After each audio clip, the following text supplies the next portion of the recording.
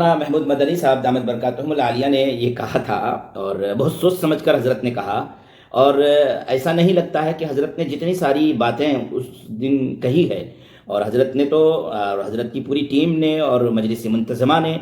آپس میں مباحثے کے بعد ان تمام باتوں کو، مشورے کے بعد ان تمام باتوں کو لکھا ہے، اور مکمل شعوری طور پر اور مشاورت سے پاس کر لینے کے بعد حضرت مولانا محمود مدنی صاحب نے جان بوجھ کر بالکل شعور کے ساتھ اور بالکل ہوش و حواس کے ساتھ، مطلب ہوتا ہے نا کہ سبقت لسانی ہو جاتی ہے، آدمی گفتگو کرتا ہے، بولنا کچھ چاہتا ہے، جذبات میں کچھ اور باتیں نکل جاتی ہیں،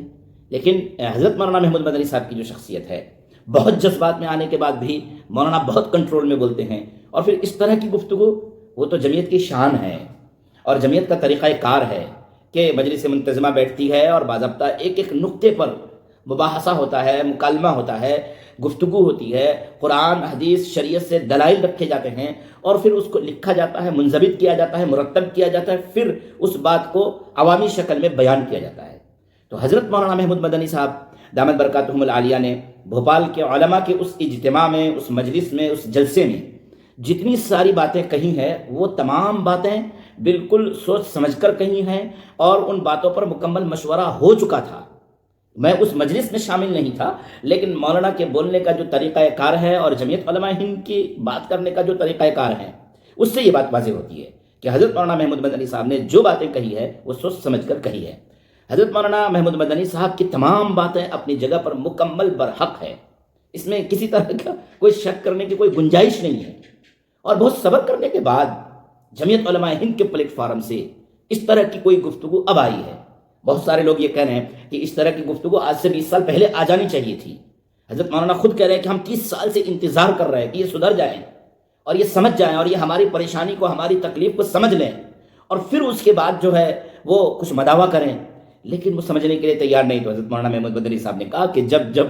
ظلم ہوگا تب تب جہاد ہوگا۔ حضرت مولانا محمود مدنی صاحب نے جو یہ گفتگو کی ہے، مرچی کی طرح یہ گفتگو یہاں کے اہل باطل کو لگی ہے۔ یہ گفتگو آر ایس ایس کا جو تھاٹ ہے، آر ایس ایس کا جو نظریہ ہے، اس سے جا کر کے ٹکرایا ہے، اور حضرت مولانا محمود مدنی صاحب نے جو بات کہی ہے وہ انہوں نے ایک راستہ دیا ہے۔ انہوں نے ہندوستان کے 50 لاکھ علماء کرام، حفاظ اعظام، جو مدارس اسلامیہ سے فارغ ہیں، جو جہاد کو سمجھتے ہیں، جہاد کے معنی کو سمجھتے ہیں، جہاد کی حقیقتوں کو سمجھتے ہیں، جہاد کے شرائط پر ان کی نظر ہے، ان لوگوں کے لیے ایک راستہ دیا ہے۔ اب کرنا یہ ہے کہ جہاد ہندوستان کے رہنے والے تمام باشندگان کو سمجھانا ہے کہ جہاد ایک الگ چیز ہے اور دہشت گردی ایک الگ چیز ہے۔ جہاد کرنے کا حکم ریاست دیتی ہے، حکومت دیتی ہے، کوئی گروہ یا جماعت نہیں دے سکتی ہے۔ کوئی گروہ یا جماعت اگر بغاوت کرتی ہے تو بغاوت اپنی جگہ پر ایک جرم ہے، اور بغاوت کے بعد، بغاوت کے نتیجے میں جو اعمال پیدا ہوتے ہیں، جو فسادات پیدا ہوتے ہیں، جو بگاڑ پیدا ہوتے ہیں، جو لوگوں کی جانیں جاتی ہے، ممکن ہے وہ دہشت گردی ہو۔ تو جہاد ایک مستقل الگ چیز ہے، اور دہشت گردی مستقل ایک الگ چیز ہے۔ وہ دہشت گردی کرنے والے لوگ کون ہیں، پہلے تو اس کی تحقیق نہیں ہو پاتی ہے۔ دہشت گردی کو تو کچھ طاقتوں کے ذریعے مسلم قوم پر تھوپا گیا۔ جتنی بھی دہشت گرد تنظیمیں آئی ہیں، اس کے پیچھے کی کہانی حقیقت پر مبنی،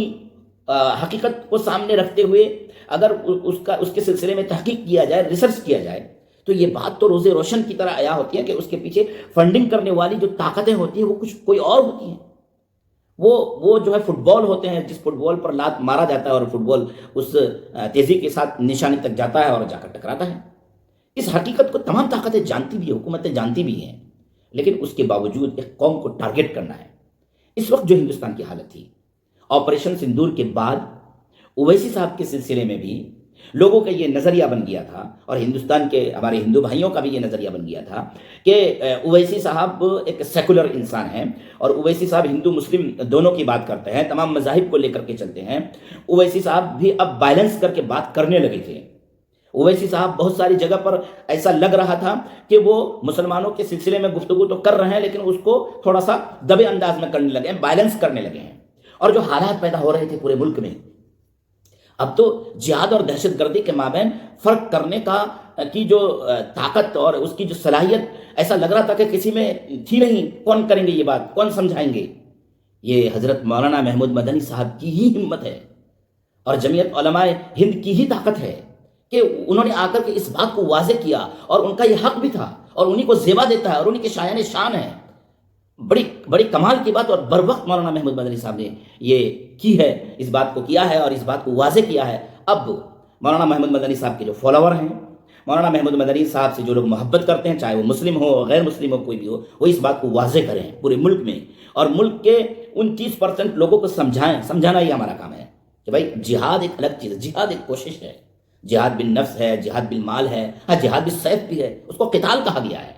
اس کو قرآن نے ایک لفظ دیا ہے، شریعت نے ایک لفظ دیا ہے، اذن للذین یقاتلون بانہم ظلموا، ظلم کیا گیا تھا، تو ظلم کے مقابلے میں ایک جہاد ہوتا ہے جو قتال کی شکل میں ہوتا ہے، جنگ کی شکل میں ہوتا ہے۔ جب ظلم انتہا کو پہنچ جاتا ہے تب وہ جہاد بالسیف کیا جاتا ہے، جس کو قتال قرآن نے کہا ہے۔ تو وہ ایک آخری مرحلہ ہوتا ہے، اور ریاست وہ کرے گی، حکومت وہ کرے گی، وہ کوئی فرد یا گروہ نہیں کر سکتی ہے۔ کوئی فرد یا گروہ اگر اس جہاد بالسیف کے عمل کو کرتا ہے تو اس کے سلسلے میں پھر علماء کے اپنے مسائل ہیں جس کو علماء نے بیان کیے ہیں۔ لہٰذا مولانا محمود مدنی صاحب نے جو بات کہی ہے، اب ذمہ داری بنتی ہے جتنے بھی ہمارے ہندوستان میں یوٹیوبرس ہیں اور لکھنے والے لوگ ہیں اور بولنے والے لوگ ہیں، وہ اس بات کو کھل کر کے بولیں۔ مولانا نے ایک پلیٹ فارم دیا، مولانا نے اس بات کو واضح کیا، اب لوگوں کی ذمہ داری وہ سمجھائیں جہاد کیا ہے، دہشت گردی کیا ہے، فساد کیا ہے، جہادی کون ہے اور دہشت گرد کون ہے۔ مولانا محمود مدنی صاحب یہ کہنا چاہ رہے ہیں کہ میں جہادی ہوں، اور اسی طریقے سے اب ہندوستان کے تمام مولانا محمود مدنی صاحب کے فالوورز کو اور ان جمعیت مولانا محمود مدنی صاحب نے بول دیا ہے، شاید جمعیت کی طرف سے اجازت نہ ہو، ورنہ دیگر اور علماء کو بھی آ کر یہ بولنا چاہیے، اور مولانا کو ویسے تعاون کی ضرورت نہیں ہے، الحمدللہ ہم اس بات کو سمجھتے ہیں، لیکن مولانا کے سپورٹ میں یہاں کی میڈیا کو کھڑا ہونا چاہیے، یہاں کی سوشل میڈیا کو بھی کھڑا ہونا چاہیے، دیگر اور افراد کو بھی کھڑا ہونا چاہیے۔ مولانا محمود مدنی صاحب نے اپنا حق ادا کیا ہے۔ دوسری بات یہ ہے کہ مولانا محمود مدنی صاحب صرف حق ادا ہی نہیں کیے بلکہ اس پر ڈٹے ہوئے بھی ہیں، اور مولانا نے کہا کہ میں اپنی بات پر ڈٹا ہوا ہوں، اور اس کے لیے اگر مجھے قید و بند کی سزائیں سنائی جاتی ہے، دار و رسن پر چڑھایا جاتا ہے، اور پھر شہادت بھی مل جاتی ہے، تو میں اپنی بات سے پیچھے ہٹنے والا نہیں ہوں۔ یہ بہت خوبصورت بات ہے، اور یہ ہمت کی بات ہے، اور یہ ایک قائد کو اسی انداز میں بات کرنی چاہیے، اور مولانا نے کیا ہے۔ مولانا کی عظمت لوگوں میں بس گئی ہے، اور مولانا کو یہ زیبا دیتا ہے، مولانا نے یہ بات کی ہے تو صحیح کی ہے۔ اور سپریم کورٹ کی بات، بہت پریشانی ہوتی ہے، سپریم کورٹ کیا سپریم نہیں؟ ارے بھائی، کون سپریم کورٹ کو سپریم کہنے سے انکار کر رہا ہے؟ لیکن سپریم کورٹ نے فیصلے کون سے دیے ہیں؟ اب تو میں انشاءاللہ مستقل جہاد پر مستقل گفتگو کروں گا، بالترتیب کروں گا، اور سپریم کورٹ کے آدھے ادھورے جو فیصلے آئے ہیں، ناقص فیصلے جو آئے ہیں، میں انشاءاللہ اس پر باضابطہ گفتگو کروں گا، اور اس کو میں ثابت کروں گا کہ یہ فیصلے کیسے آنے چاہیے تھے اور کیسے آئے ہیں۔ بتائیے سپریم کورٹ، اب بھائی بابری مسجد کا فیصلہ تو پوری دنیا میں آپ نے اپنی عزت گنوا دی ہے، کیسے آپ کہہ سکتے ہیں بابری مسجد کا فیصلہ دے کر کے کہ مسجد کسی مندر کو توڑ کر کے نہیں بنایا گیا تھا، لیکن اس جگہ کو آستھا کی بنیاد پر آپ دے رہے ہیں؟ یہ فیصلہ ہے، یہ سپریم کورٹ کا فیصلہ ہے۔ اور بھی اس طرح کے 20 فیصلے ہیں۔ اچھا، کون لوگ ہیں جن کی چارج شیٹ بھی فائل نہیں ہوتی ہے، سنوائی بھی نہیں ہوتی ہے، 20 دن تک جج چھٹی لے لیتا ہے؟ یہ جو عمر خالد ہے، میران حیدر ہے، اور اس کے ساتھ ایک بچی ہے،